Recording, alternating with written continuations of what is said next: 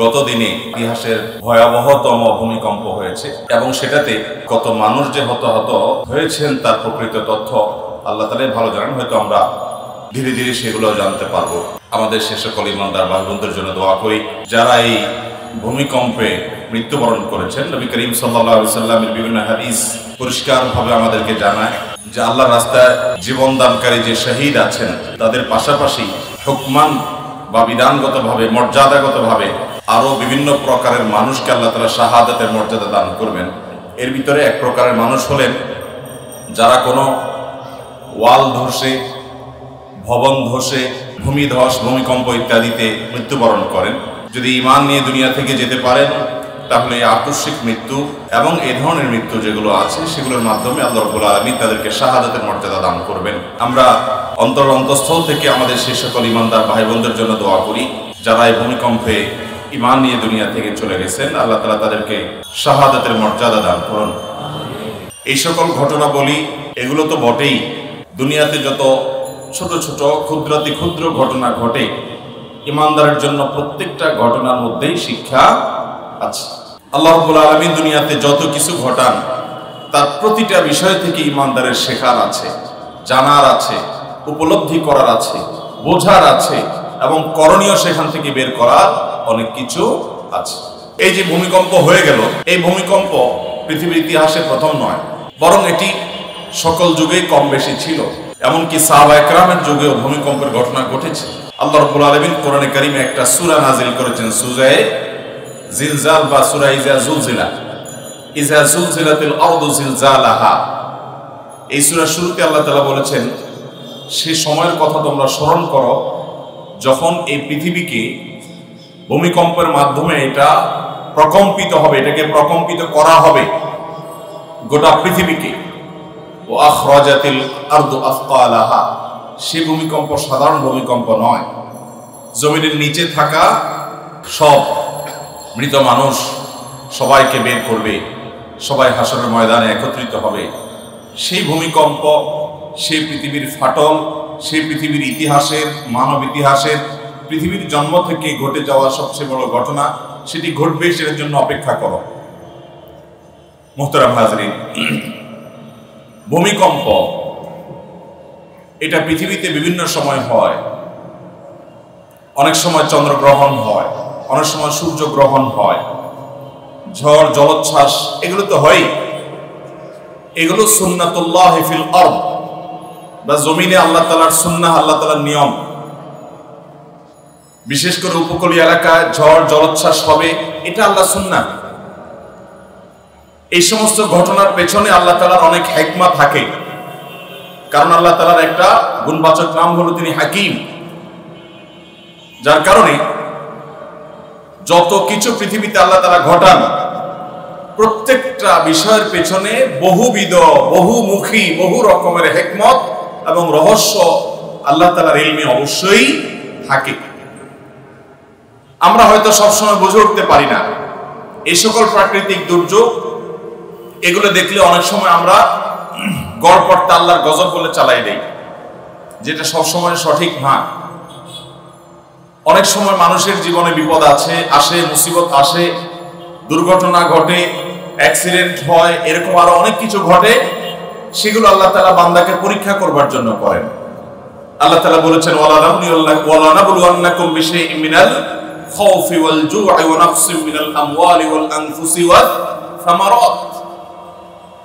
এই আয়াতে নানাবিধ বিপদের কথা বলা হয়েছে। শঙ্কা আসবে, ভয় হবে, ত্রাসের সৃষ্টি হবে, ক্ষুধা দেখা দিবে, দুর্ভিক্ষ বা অনটন দেখা দিতে পারে, জীবনহানি হতে পারে, সম্পদের হানি হতে পারে। এগুলো দেখলেই আল্লাহ তাআলা অসন্তুষ্ট হয়ে গজব হিসাবে পাঠিয়েছেন। এরকম সহজ সমীকরণ সব ক্ষেত্রে করার কোনো সুযোগ নেই।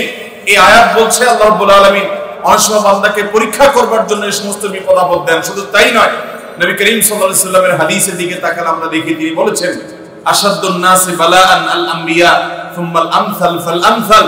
সবচেয়ে বেশি বিপদ, মুসিবত, পরীক্ষা এটা নবীদের জীবনে এসেছিল এবং তাদের সাথে যাদের যত বেশি মিল হবে, সাদৃশ্য হবে, তাদের জীবনে পরীক্ষার পরিমাণ তত বেশি হবে।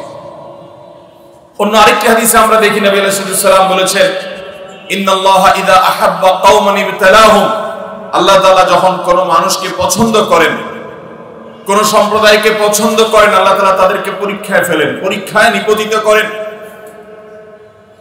আমান্না বলল, আল্লাহর আনুগত্যের কথা বলল, আর আল্লাহ তাআলা সেটাকে গ্রহণ করে নিলেন। এটা সব সময় হয় না, বরং আল্লাহ তাআলা অনেক সময় হ্যামার করেন, প্রেসার দেন, এবং আল্লাহ তাআলা সবকিছুই জানেন।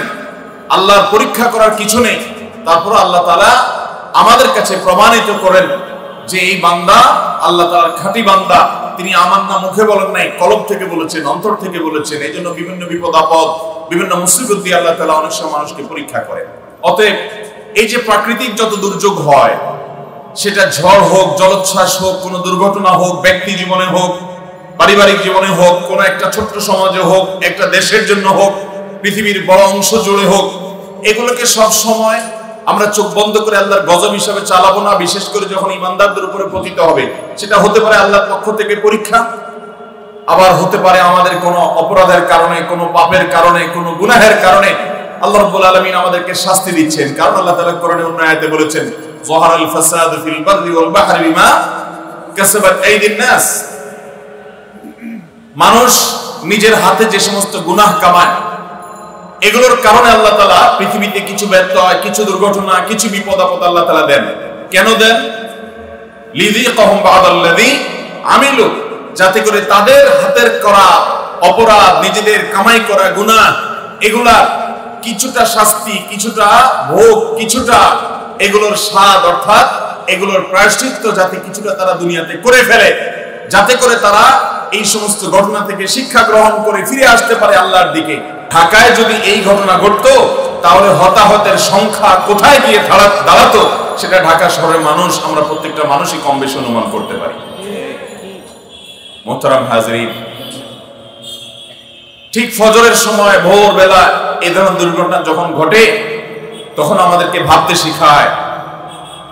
না ঘুমানোর নিয়ত করে যখন রাত 2টা 3টা, সকাল 7টা 8টা 9টা 10টা অ্যালার্ম দিয়ে ঘুমায়, ফজর নামাজ পড়ার নিয়ত নাই, ঘুমের সময় সে নিয়ত করে শুইতেছেন। আপনি মোবাইলের ভিতরে অ্যালার্ম সেট করলেন 10টায়, 11টায়, 9টায়, 7টা 8টায় উঠবেন, অফিসে যাবেন, কাজে কামে বের হবেন। আর এর মধ্যে যদি এরকম বিপদ আপনার আমার উপরে আসে, তো আল্লাহর নাফরমানি করার নিয়ত করে শুয়েছেন, ওই অবস্থায় মওত হয়েছে। এই মওত কখনো ঈমানদারের মওত হতে পারে না। ভাইরা আমার, এই সকল ঘটনা, এই সকল মুসিবত, এই সকল দুর্ঘটনাগুলো আমাদেরকে যে কত কিছু শেখায়। বেশি দিন হয় নাই করোনা চলে গেল, করোনা এসেছে, কত কিছু আমাদেরকে শিখিয়েছে। মানুষ কিভাবে স্বার্থপর হয়, সন্তানরা যাদের জন্য মানুষ চুরি, দুর্নীতি, 2 নম্বরই হারাম উপার্জন করে, যাদের জন্য মানুষ অন্যায় করে, যাদের ভবিষ্যতের জন্য নানান আল্লাহর বিধানকে লঙ্ঘন করে চলে, সেই সন্তানরা কিভাবে পর হয়ে যায়, কিভাবে স্বার্থপর হয়ে যায়, কিভাবে বাবার লাশটার কাছে পর্যন্ত যেতে চায় না মৃত্যুর ভয়ে। সেরকম শত শত ঘটনা করোনার সময় ঘটেছে, আমাদেরকে শিক্ষা দিয়ে গেছে না, যায় না?